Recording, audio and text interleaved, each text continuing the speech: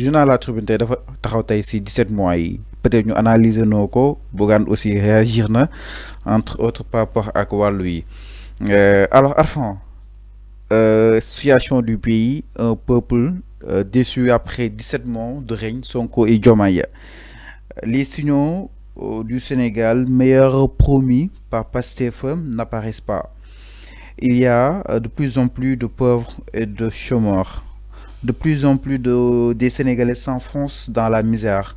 Manger à sa faim est devenu un luxe pour les populations. Exactement. Arfan, quel commentaire ngay def ci journal bi nga xam ni itam depuis ce matin ku si nekk ak na nga ko xalaatee waaye itam mi ngi def tolle ci internet bi concrètement. gis nga tribune bi tribune bi ngay wax nii. lépp lu ñu wax ci tribune suba ba ngoon Bougane moo ko wax. Tribune ils cherchent pas des informations. Ils vont poser Bougane des questions. C'est Bougane qui dit du haut en bas. Non, mais avant. C'est Bougane. Mais enfin, Tribune. Non. Tribune, en réalité, c'est pas un journal qui va chercher des informations. N'est qu'un journal d'investigation. N'est qu'un journal d'investigation. Je suis d'accord avec l'observateur. Yor. L'observateur, l'homme radical dans l'opposition. Parfois, l'observateur, ils font des scoops. Ils font des investigations. Non, obligation. Non, oui. Yor day def investigation. Enquête. Day def ay enquête. L'observateur day def ay enquête. Mais Tribune du def ben investigation. Soit ñu ne la confidence africaine lañ ko jëlé. Confidence Afrique confidentielle. Soit ñu dem interroger Bougane. Tu vois li nek ci kaw bo ci souf Bougane moko wax. Légui il reprend les mots de Bougane qui la Tribune parce que journal la mo la. C'est ce qu'ils font dans la télévision. Dañuy wax lu neex Bougane lu mu bëgg loolu lañuy wax ci les émissions là ay grande gueule ay xawma lan ay xawma mais tout ça c'est Bougane qui parle. Mais il faut respecter les journalistes qui sont à la Tribune quand même. Il faut les respecter parce que ñooñu matadi buñ toll nii ñu toog Bougane di leen ne wax leen lii ñuy def lii man kenn du ma wax lu may def Arfan man kenn du ma wax lu may def Arfan est-ce que tamit doo respecter tout du journaliste fa nekk ñoom Ibrahima Dieng maa leen nuyu baax sama xarit yooyu ak ñoom Pape Moussa Sow Fallou pourtant ñu responsable ñoo fa nekk Fallou ñoo xam ne ñoo kenn waxul ay responsable nekku ju Tribune dama ne mënuñu si dara kon dama ne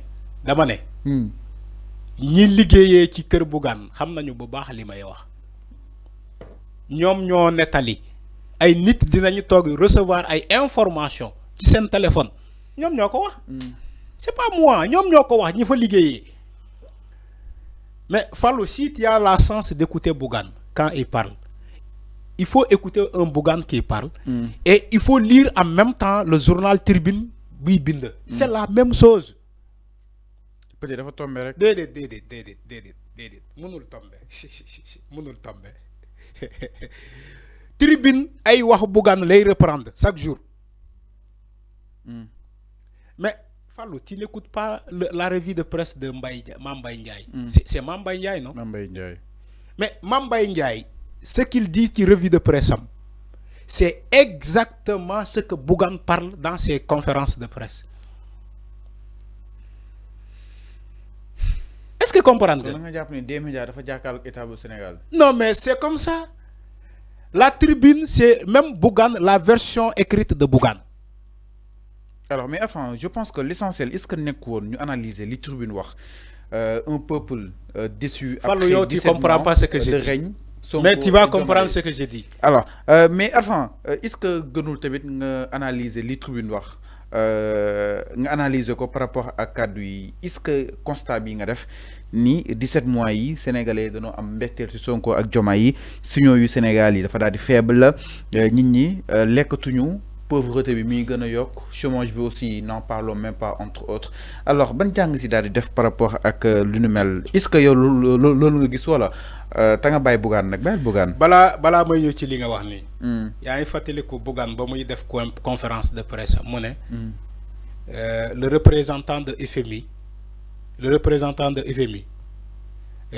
a tourné le dos FMI a tourné le dos à l'État du Sénégal yaa ngi fàttaliku loolu Bougane l'a dit dans une conférence de presse après Tribune La Tribune a repris même les mêmes mots. Non, c'est la même chose. Le journal La Tribune, c'est la version écrite de Bougane. C'est Bougane qui parle du haut en bas. C'est Bougane. Le gars, quand il fait sa revue de presse, bu demee ba écrit Tribune Mambay Ndiaye boobu gëm sa bopp les jàmbaar ba kese lay wax gëm sa bopp le leader de gëm sa bopp mën nañu ko wax 100 fois ci revue de presse. Bougane, leader gëm sa bopp des jàmbaar voilà, il le dit 100 fois ci revue de presse. C'est pas normal par rapport à l'éthique et la déontologie. C'est pas normal. Même si vous faites que Bougane mom journal bobo. C'est pas normal du tout. L'observateur, tu n'entendras jamais dire que Youssou Ndour a dit ça et ça et ça. Nous devons reprendre l'observateur du revue de presse. Sous Bobongon. Mais pourtant, il le fait avec La Tribune. Bougane, gëm sa bopp, les jàmbaar. L'observateur, ils le font jamais. Tu verras où on a dit que oui, Youssou Ndour, il tire sur ça, il tire sur l'opposition, il tire sur Ousmane Sonko. Youssou Ndour a dit ça, Non. Tu sais pourquoi? Le patron de presse, bimom journal, dit dicter ce qu'on écrit dans le journal, c'est contrairement à l'éthique et la déontologie. Le code de la presse, pourtant la Tribune, il le fait. Donc, li journal, une propagande là, exactement. Non, propagation là. Okay. Propagation là. La Tribune, c'est un journal de propagande. De propagande. Propagande. C'est un journal de propagande. De Bougane. Bougane, gëm sa bopp. Lolu kessé la. Mota parfois dañuy tomber ci piège bi. Ñu convoquer la ñu ne non Confidence Afrique, non fi la ko jëlé, non fi la ko jëlé. Parce que ils font pas de recherche, ils font pas des investigations. C'est pas normal. C'est pas normal. Maintenant, concernant les 17 mois qu'ils ont dit. Chômage bi mi gëna yok ñu né lu doon dox sax légui doxatul. Oui, xam aussi. Mais avant nak dëkk bi xawna taxaw ci ben instant. Fallu. Enfin Sénégalais ñi sétane. Il y a un gars qui a posé une question qui commentaire. Il a dit au Sénégal il y a la famine. Tu sais pourquoi il a dit? Pourquoi? Parce que man dama doon expliquer fi mané ay opposants yi nekkoon ci nguur Macky Sall ñom ñoy taxaw té ci plateau yi di naan sénégalais dañoo xiif sénégalais dañoo li sénégalais dañoo li alors que normalement en réalité ces personnes là ne doivent pas donner de leçons aux gens. Ces personnes là buñ leen né wax leen ana lu ñuy wax waruñu wax motax le gars a posé la question en disant que au Sénégal il y a une famine. Il y a pas de famine au Sénégal. Sénégal amul famine. Certes, il y a la pauvreté parce que des gens, une minorité de ce pays, ils ont capturé l'argent de ce pays. Lolu mo am depuis jamonoy Senghor, Abdou Diouf, Abdoulaye Wade, Macky Sall.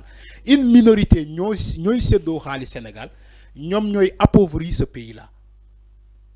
Après on déclare que le Sénégal c'est un pays pauvre alors que ce sont eux qui l'ont appauvri. Ñom ñoko appauvri. Il n'y a pas de famine au Sénégal, machallah. Je touche du bois. Mais on dit que les denrées de première nécessité sont chères. Loolu lañu wax. Buñ ko mëne wañi nañ ko wañi. Nañu taxaw sur la question de xey ndaw ñi, xalé yi am liggéey. Loolu lañu wax. Dëkk bi lépp yok légui amul ko sax de voilà. Parce que dëkk bi mo doxé noonu.